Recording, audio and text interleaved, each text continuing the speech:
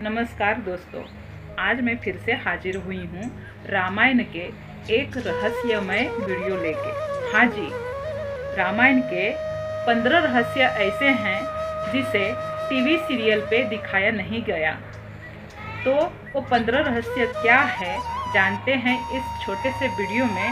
तो बने रहिए इस वीडियो में और देखिए कि ये 15 रहस्य क्या है। पहला, वाल्मीकि से भी पहले हनुमान जी ने लिखी थी रामायण।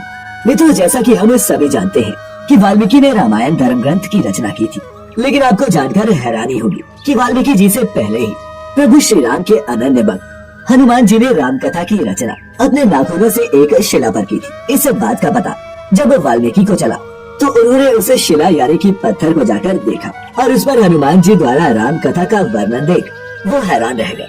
फिर उन्होंने हनुमान जी से कहा, हे पवन सुत, आपसे अच्छा राम की कथा का वर्णन कोई कर ही नहीं सकता और आपकी रचना के सामने मेरा लेखन कुछ भी नहीं है। ये सुन हनुमान जी ने सोचा कि वाल्मीकि जी कवि हैं और प्रभु श्री राम के भक्त भी हैं। उनके अनुसार अगर उनकी रचना मेरी रचना के समान सुंदर नहीं है तो भी क्या हुआ, उसमें भी तो मेरे प्रभु श्री राम की महिमा का ही वर्णन है। इसके बाद हनुमान जी ने अपनी लिखी हुई राम कथा की शिला उठाई और उसे समंदर में फेंक दिया और इतिहास में रामायण लिखने के लिए वाल्मीकि का नाम अमर हो गया। दूसरा, रामायण में ही हुई गायत्री मंत्र की रचना। मित्रों, क्या आप जानते हैं कि रामायण में लिखित श्लोक से ही गायत्री मंत्र की भी रचना हुई है? अगर नहीं जानते तो मैं आपको बता दूं कि महर्षि वाल्मीकि द्वारा रामायण में 24,000 श्लोक हैं और हर 1,000 श्लोक के बाद आने वाले पहले अक्षर से ही गायत्री मंत्र बनता है। इन्हीं 24 अक्षरों से गायत्री मंत्र की रचना हुई है। तीसरा, किसके अवतार थे? भगवान राम के भाई। मित्रों, हम सभी जानते हैं कि प्रभु श्री राम भगवान विष्णु जी के अवतार थे, लेकिन क्या आप ये जानते हैं कि उनके तीनों भाई किसके अवतार थे? मित्रों, लक्ष्मण को भगवान विष्णु की शैया शेषनाग का अवतार माना जाता है, जबकि भरत और शत्रुघ्न को क्रमशः भगवान विष्णु द्वारा हाथों में धारण किए जाने वाले सुदर्शन चक्र और शंखशैल का अवतार माना गया है। चौथा, राम की बहन शांता की कथा। मित्रों, आमतौर पर अधिकतर लोग यही जानते हैं कि राजा दशरथ के 4 पुत्र थे, प्रभु श्री राम, लक्ष्मण, भरत और शत्रुघ्न। परंतु ये सच पूरा नहीं है। राजा दशरथ के 4 पुत्रों के अलावा एक पुत्री भी थी जो आयु में इन चारों भाइयों से बड़ी थी। इनका नाम शांता था और इनकी माता कौशल्या थी। अपनी इस पुत्री को बाद में राजा दशरथ ने अंग देश के राजा रोमपद और उनकी रानी वर्षिणी को गोद दे दिया था, क्योंकि उनको कोई संतान नहीं थी। फिर उन दोनों ने बहुत स्नेह के साथ उसका पालन पोषण किया और माता पिता के सभी कर्तव्यों को निभाया। बाद में राजा रोमपद ने शांता का विवाह ऋषिशृंग ऋषि के साथ कर दिया, जिससे जुड़ी कथा बड़ी ही रोचक है। कथा के अनुसार एक दिन राजा रोमपद अपनी पुत्री शांता से बात कर रहे थे। उसी समय उनके द्वार पर एक ब्राह्मण आए और उन्होंने राजा से प्रार्थना की कि वर्षा के दिनों में खेतों की जुताई के लिए राज दरबार की ओर से मदद प्रदान करे। परंतु ब्राह्मण की बात राजा रोमपद को सुनाई नहीं दी और वे पुत्री के साथ बातचीत करते रहे। जब काफी देर बाद भी ब्राह्मण का कोई उत्तर न मिला तो वे दुखी हो गए और वे राजा रोमपद का राज्य छोड़कर चले गए। वे ब्राह्मण इंद्र के भक्त थे। अपने भक्त की ऐसी अनदेखी पर इंद्रदेव राजा रोमपद पर क्रोधित हो गए और उन्होंने उनके राज्य में पर्याप्त वर्षा नहीं की, जिससे खेतों में खड़ी फसलें सूखने लगी। अपनी प्रजा को दुखी देख राजा रोमपद ऋषिशृंग ऋषि के पास गए और उनकी सलाह पर एक यज्ञ किया, जिसके बाद उनके राज्य में पर्याप्त वर्षा हुई और खेत खलिहान पानी से भर गए। इसके बाद राजा ने अपनी पुत्री शांता का विवाह ऋषि से करवा दिया और वे दोनों सुखपूर्वक रहने लगे। बाद में ऋषिशृंग ने ही अयोध्या नरेश दशरथ के लिए पुत्र कामेष्ठी यज्ञ किया था, जिसके बाद उन्हें 4 पुत्रों की प्राप्ति हुई। पांचवा, क्या था सीता के स्वयंवर का कारण? मित्रों, रामायण के अनुसार एक बार बचपन में ही माता सीता ने शिव धनुष पिनाका को उठा लिया था। ये देख मिथिला नरेश राजा जनक ने उसी समय ये तय कर लिया था कि वे अपनी पुत्री का विवाह ऐसे वीर से करवाएंगे जो इस शिव धनुष को मेरी पुत्री की तरह आसानी से उठा सके। यही कारण था सीता के स्वयंवर में यही शर्त रखी गई और जो उस शिव धनुष को उठा पाया उसी ने सीता से विवाह भी किया।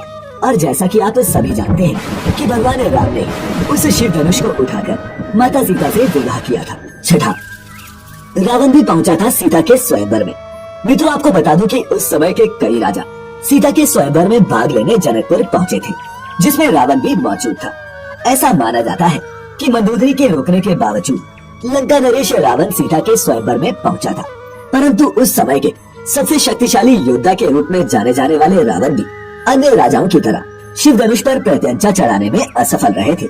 7वां, सीता स्वयंवर में प्रयुक्त भगवान शिव के धनुष का नाम। मित्रों, अधिकतर जनमानस ये तो जानते हैं कि प्रभु श्री राम का विवाह देवी सीता से एक स्वयंवर में शिव के धनुष पर प्रत्यंचा चढ़ाने और जीतने के बाद हुआ था, लेकिन बहुत ही कम लोगों को ये पता है कि उसे स्वयंवर में प्रयुक्त हुए शिव धनुष का नाम क्या था। तो आपको बता दें कि सीता स्वयंवर में प्रयुक्त हुए शिव धनुष का नाम पिनाका था। 8वां, लक्ष्मण का एक नाम गुदाकेशवी। मित्रों, रामायण के अनुसार जब राम, लक्ष्मण और सीता 14 वर्ष के वनवास के लिए गए तो वन में लक्ष्मण अपने भैया और भाभी की रक्षा के उद्देश्य से कभी भी नहीं सो। इसी कारण लक्ष्मण का नाम गुदाकेश पड़ा। ऐसा माना जाता है कि वन में पहली रात को जब श्री राम और माता सीता सो रहे थे तो उनके सामने निद्रा देवी प्रकट हुई। तब लक्ष्मण ने निद्रा देवी से अनुरोध किया कि वे उन्हें ऐसा वरदान दे जिससे उन्हें वनवास के दौरान 14 वर्षों में कभी भी नींद न आए, ताकि वे अपने प्रिय भाई और भाभी की रक्षा कर सके। लक्ष्मण के मुख से ऐसी बातें सुनकर और भाई प्रेम को देखकर निद्रा देवी बहुत प्रसन्न हुई और बोली, हे लक्ष्मण, अगर तुम्हारे बदले में कोई 14 वर्ष तक सोने को तैयार हो तो मैं तुम्हें ये वरदान दे सकती हूँ। तब लक्ष्मण ने उन्हें अपनी पत्नी उर्मिला के पास भेजा, जहाँ उनकी पत्नी उर्मिला ने लक्ष्मण के बदले सोना स्वीकार कर लिया और वो पूरे 14 वर्षों तक सोती रही। 9वां, भगवान कृष्ण की मृत्यु का रहस्य। रामायण में इस प्रसंग का विस्तार से वर्णन किया गया है कि बाली और सुग्रीव के युद्ध के बीच भगवान राम ने पेड़ के पीछे से चिपकर बाली पर बाण चलाया था, जिससे बाली की मृत्यु हो गई। लेकिन बहुत कम लोग ये जानते हैं कि इसी युद्ध में भगवान विष्णु के कृष्ण अवतार के देह त्यागने का रहस्य भी छिपा हुआ था। दरअसल बाली की मृत्यु के बाद जब ये बात उनकी पत्नी तारा को पता चली कि श्री राम ने छिपकर उनके पति का वध किया है, तो उसने क्रोध में आकर प्रभु श्री राम को ये श्राप दे दिया कि जिस प्रकार उसके पति की मृत्यु हुई है, ठीक उसी प्रकार अगले जन्म में आपकी भी मृत्यु होगी। और महाभारत में हमें इस बात का उल्लेख मिलता भी है कि एक शिकारी के बाण लगने के बाद ही भगवान श्री कृष्ण ने देह त्यागी थी। 10वां, ऋषिराज जामवंत भी भगवान राम से करना चाहते थे द्वंद्व युद्ध। दरअसल मित्रों, ऐसा माना जाता है कि उस समय ऋषिराज जामवंत से ज्यादा शक्तिशाली और योद्धा कोई भी नहीं था। परंतु जब जामवंत को ये बात पता चली कि भगवान राम से शक्तिशाली मनुष्य इस सृष्टि में कोई नहीं है, तो वो मन ही मन सोचने लगा कि उसे अपने जैसा शक्तिशाली योद्धा युद्ध करने के लिए आखिर मिल गया। परंतु जब वह युद्ध के उद्देश्य से प्रभु श्री राम के पास पहुंचा तो भगवान राम ने ये कहते हुए युद्ध करने से मना कर दिया कि उनके पास अभी युद्ध करने का समय नहीं है, क्योंकि वे अपनी पत्नी सीता की तलाश कर रहे हैं। परंतु ऋषिराज जामवंत जब युद्ध के लिए बार बार भगवान राम को ललकारने लगा, तब भगवान राम ने वचन दिया कि वे अगले जन्म में उनकी ये इच्छा पूरी करेंगे। और फिर अगले जन्म यानी कि श्री कृष्ण अवतार में उन्होंने जामवंत की ये इच्छा पूरी भी की। 11वां, ब्रह्मचारी होने के बावजूद भी था हनुमान जी का एक पुत्र। मित्रों, हनुमान जी के बेटे का नाम मकरध्वज है। हनुमान जी का ये बेटा एक शक्तिशाली मछली से पैदा हुआ था। ये तब हुआ जब लंका को पूरी तरह जलाने के बाद भगवान हनुमान अपनी पूंछ को समंदर में डुबा रहे थे। ऐसा माना जाता है कि उस समय मकरध्वज नाम की मछली ने उनका पसीना निगल लिया, जिसके बाद ही उनके पुत्र मकरध्वज का जन्म हुआ। 12वां, रावण का नाम कैसे पड़ा। मित्रों, रावण को पहले दशानन के नाम से जाना जाता था। रावण बहुत बड़ा शिव भक्त था और लंका के राजा बनने के बाद एक बार वह भगवान शिव से मिलने उनके निवास स्थान कैलाश पर्वत पहुंच गया। परंतु जब कैलाश पहुंचा तो द्वार पर शिव जी के द्वारपाल नंदी ने उसे रोक दिया, क्योंकि उस समय भगवान शिव ध्यान में थे। पहले तो रावण को बहुत क्रोध आया, परंतु अपने क्रोध को शांत करते हुए और अपनी भक्ति भावना को साबित करने के लिए वह कैलाश पर्वत को ही उठाने लगा, जिस वजह से कैलाश पर्वत हिलने लगा और भगवान शिव का ध्यान भंग हो गया। वे क्रोधित हो उठे और फिर उन्होंने अपना पैर पर्वत पर टिका दिया। भगवान शिव के ऐसा करने से रावण के हाथ की कुछ अंगुलियां पर्वत के नीचे दब गई, जिससे उसे असहनीय पीड़ा होने लगी।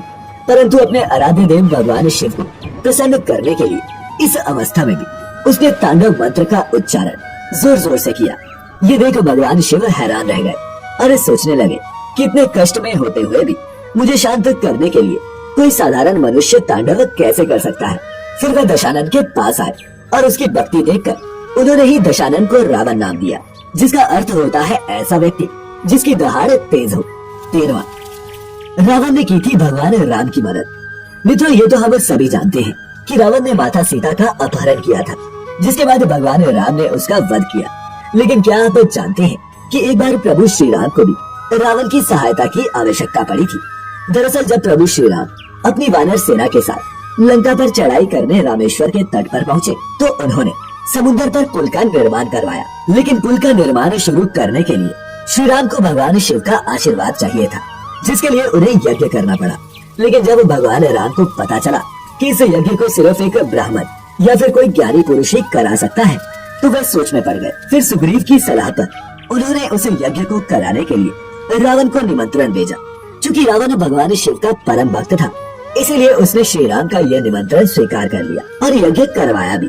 रावण न केवल उस यज्ञ को करवाने आया, बल्कि उसने यज्ञ की समाप्ति के बाद भगवान राम को ये आशीर्वाद भी दिया कि वे जिस उद्देश्य से ये यज्ञ कर रहे हैं वह सफल हो।